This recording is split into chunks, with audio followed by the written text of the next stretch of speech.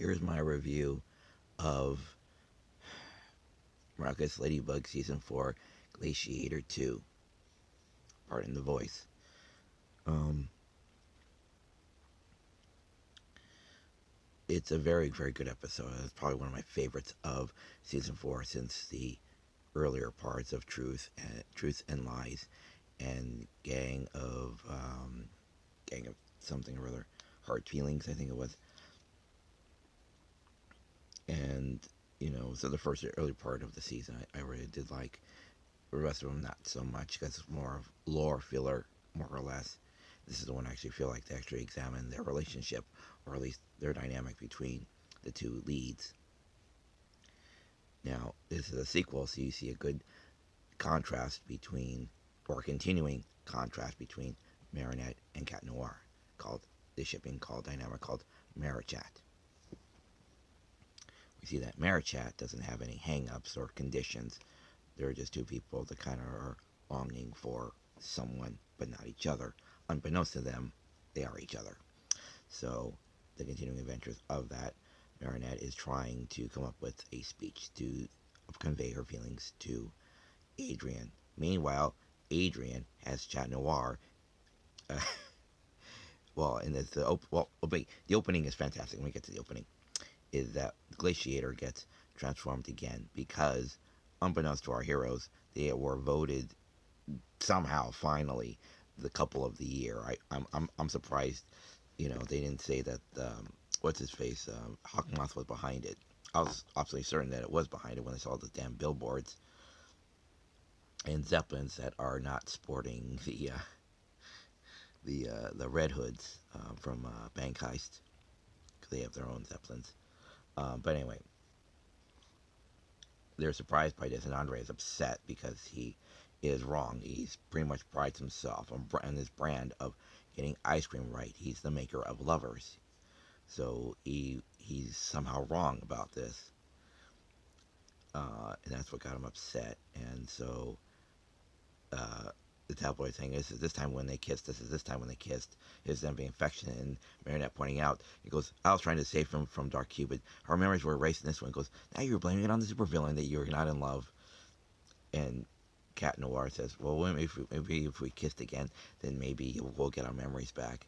And she said, and she at that point having a breaking point, then proceeds to say, "Ah, that's enough.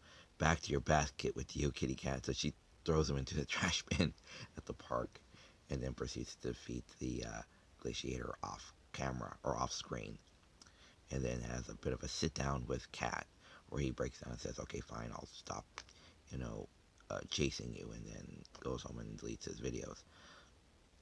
So then, while destroying the countless billboards in all of France, in a 2 block area, might I add,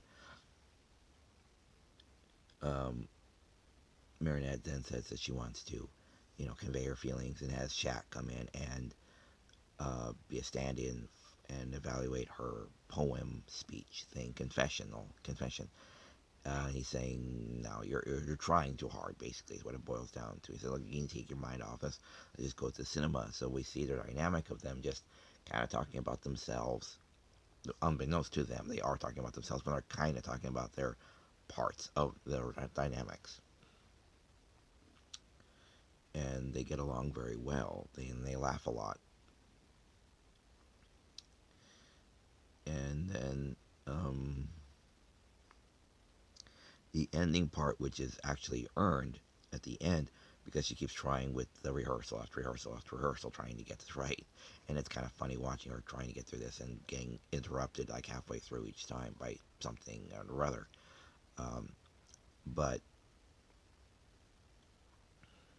there is um, the last one at the end where she starts to say it and then stops herself and says, "Why don't I just be honest with myself?" Because she's stating that she's in love with him, but then now she says why she's in love with him.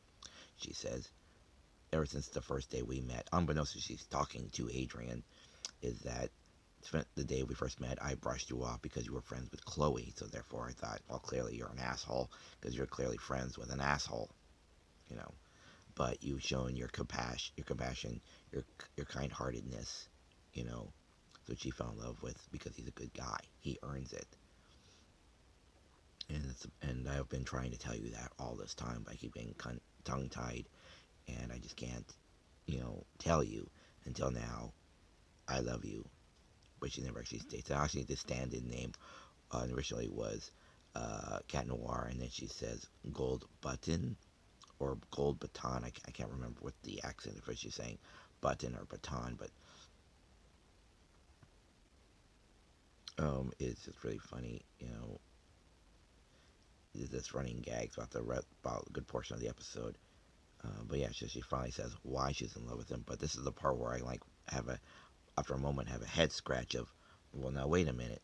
If she's stating, which is obviously the first day they met, and that is Adrian, then shouldn't he remember those events coming from Marinette's point of view? That he knows everybody she knows, which means all the guys in her class and at school. So he should know basically all her friends. So should it occur to him, who the hell is she talking about? And it doesn't sound exactly like the day they met, you know?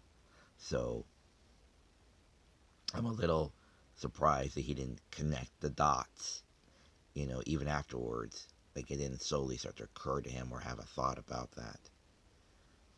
Again, maybe it'll occur to him a little later on. Who knows? But other than that, it is a fantastic episode. I highly praise it. It's one I keep watching, particularly from the season over and over again, because I really love the fact that she actually snaps and then just like hip chucks him into a garbage bin for the upteen time of his not insistence but request to kiss her, or for them to kiss, for a legitimate logical reason. But anyway, yeah. Oh, and I have a Torrance library card when I went to the Torrance convention, anime convention. It's very underwhelming. I'll have pictures and stuff up soon on the media platforms. But yeah, so very underwhelming. Other than the 10-foot Super Fortress Macross model, yeah, that's totally awesome. But anyway, I only bought this for $6. I mean, that's it. That's the only DVD there. Everything else was CDs and booklets, model kits, and various other knickknacks. Very underwhelming. Good products, good properties. Not my stuff, but hey, I find it very underwhelming. So I did what I did last time, which was 2 years ago. I went across the street to the library, and I managed to ask about the book fair because I want to buy some more records for like dirt cheap.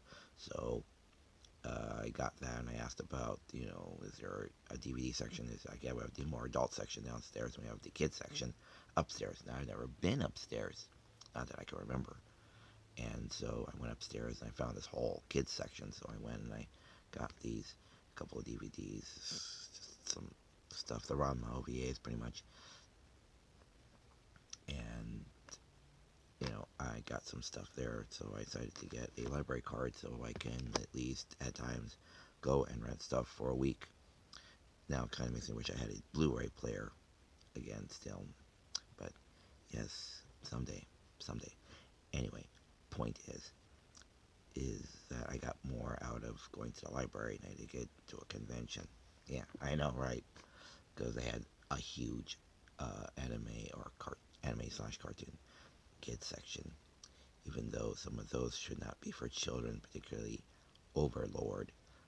But does anyone really understand or bother to watch anime? Adults, whatever. Alright, take care. Bye.